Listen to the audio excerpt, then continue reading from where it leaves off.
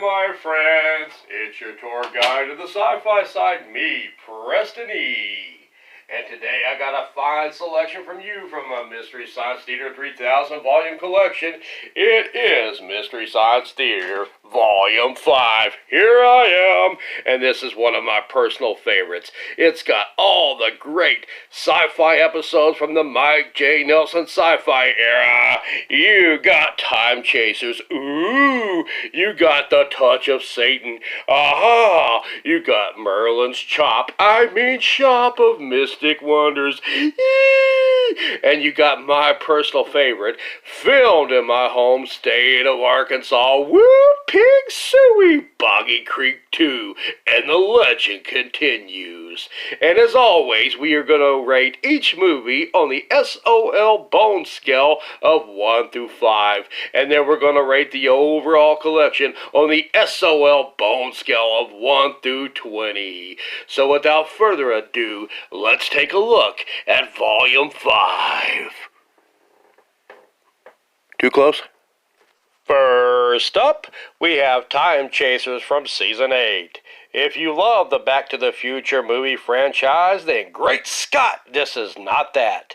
We do, however, get a fun little time travel movie with an airplane instead of a DeLorean. And instead of Michael J. Fox, we get this nerdy Castleton, bespeckled Revenge of the Nerds reject named Nick Miller, played by Matthew Brock.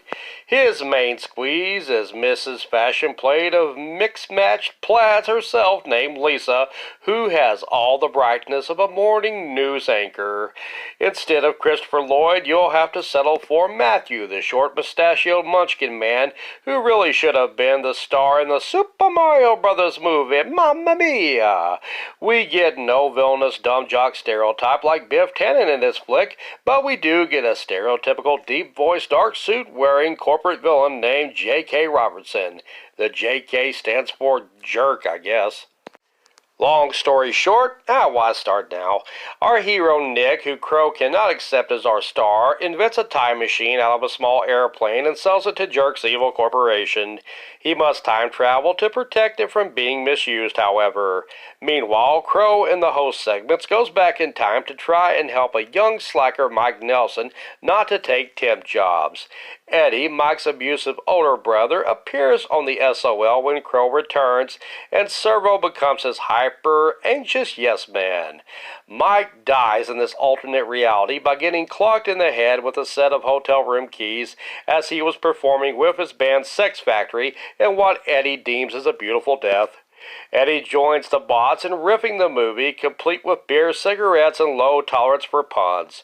Crow goes back in time to convince the other Crow not to go through with the plan, and the other Crow is left working in Mike's temporary cheese job in 1980.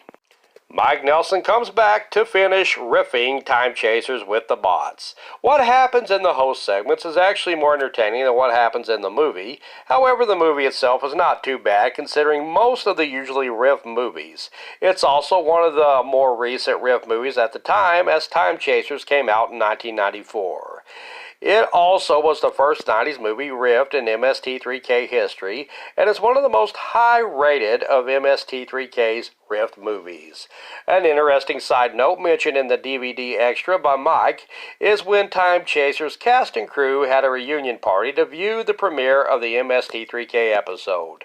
Some were in on what to expect while others were not, and were upset that the film got ripped apart. The movie does move quickly with decent action scenes and cheesy 80s special effects, but the whole thing is one of the most watchable movies in MST3K history on its own, with the MST3K riffs just enhancing it, making the experience more enjoyable for a 5 SOL Bones out of 5. Up next is A Touch of Satan from Season 9. This episode marks the only time in the MST3K sci-fi era that Pearl was missing. It was explained that she went on vacation. In actuality, Mary Jo Pell was off filming some scenes for the next episode of MST3K with Leonard Maltin. It was explained on the TV show that she went on vacation and left Steffi, a babysitter played by Bees McGeever, in charge. Steffi treats Brain Guy like a child and Bobo like a dog, as she is disgusted by the bedtime movie Pearl left Mike and the bots to watch. The Touch of Satan itself is a 1971 film starring a young man named Jody who joyrides to a small town on a whim and drives down a secluded road to enjoy his gas station sandwich and Mr. Pibb by a creek.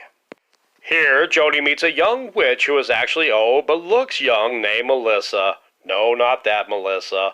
Melissa persuades Jody to meet her folks up the road, and we discover Daddy is an alcoholic apple cider guzzling walnut farmer, and Mama is sort of an Aunt Bee look-alike with a cold eat-your-soul-out icy stare. But none of them can compare to Murderous Granny, who looks like a rotten jack-o'-lantern. Granny just got through killing a nearby farmer and would get around to killing a nosy police officer later, and she also creeps on young Jody as their new victim, or house guest. Sheesh, couldn't someone teach Granny how to play bingo or to quilt to keep her busy? Anyway, Jody falls in love with Melissa. Melissa falls in love with Jody, much to the chagrin of her parents. It turns out that Melissa's granny is actually her sister, and the sisters are murderous fiends who made a pact with Satan to halt the aging process. No plastic surgery or cucumbers on the eyes for these witchy women. Despite all that, Jody falls for Melissa and elects to stay with her anyway. I suppose love is blind and sometimes downright stupid. This movie, throughout, is downright sinfully hilarious, with great risks making fun of some already funny lines in the movie, like Melissa telling Jody that the creek is where the fish live, and she runs because she wants to fly but can't. What kind of a witch are you anyway, woman? You ever heard of a broom, sister? Touch of Satan gets a 5 SLL bones out of 5. Up next is Merlin's Shop of Mystic Wonders from Season 10. Now, technically, this was the final movie of MST3K ever shown in the original run, even though Diabolic was the actual last episode, till the series was revived again in 2017's Netflix era. Now, the reason being was the producers were waiting for the rights of Merlin's Shop of Mystic Wonders to clear so they could show the episode, and it did not clear until after Diabolic was shown. Merlin's Shop of Mystic Wonders is pretty much 2 movies tied up in one, centered around Merlin himself and his shop. The movie came out in 1996 and stars a big bushy-eyebrowed Ernest Borgnine as a long-winded grandpa telling his grandson bedtime stories about Merlin that would surely scar the kid for life, leaving him in need for years of therapy sessions. The dark stories are even made fun of in a host segment where Mike shows the bots Ernest Borgnine's twisted tales for tots. The first half of the movie sees a couple who can't have children visit Merlin and his wife Sorella in their shop. The wife just wants desperately to have a kid, as the husband is a jerk who just wants to shut down mom-and-pop shops everywhere with his criticisms in the newspaper. Unconvinced by Merlin's powers, Merlin allows Bob Jerkars to borrow his book of spells but warns him of tampering with it. Of course, Bob Jerkars doesn't listen and plays with the book, hilariously roasting the family cat with his newfound dragon's breath. Playing with the magic turns the critical hubby into a liver spot with features that could rival Granny from A Touch of Satan in terms of ugliness. He turns into a baby, and his wife now gets to raise her horrible husband in diaper form in what I assume is a happy ending, but probably not. The second half of the movie sees a young boy who is celebrating his birthday, and in celebrating his birthday, his mom buys him an evil toy monkey from the beginning of the film.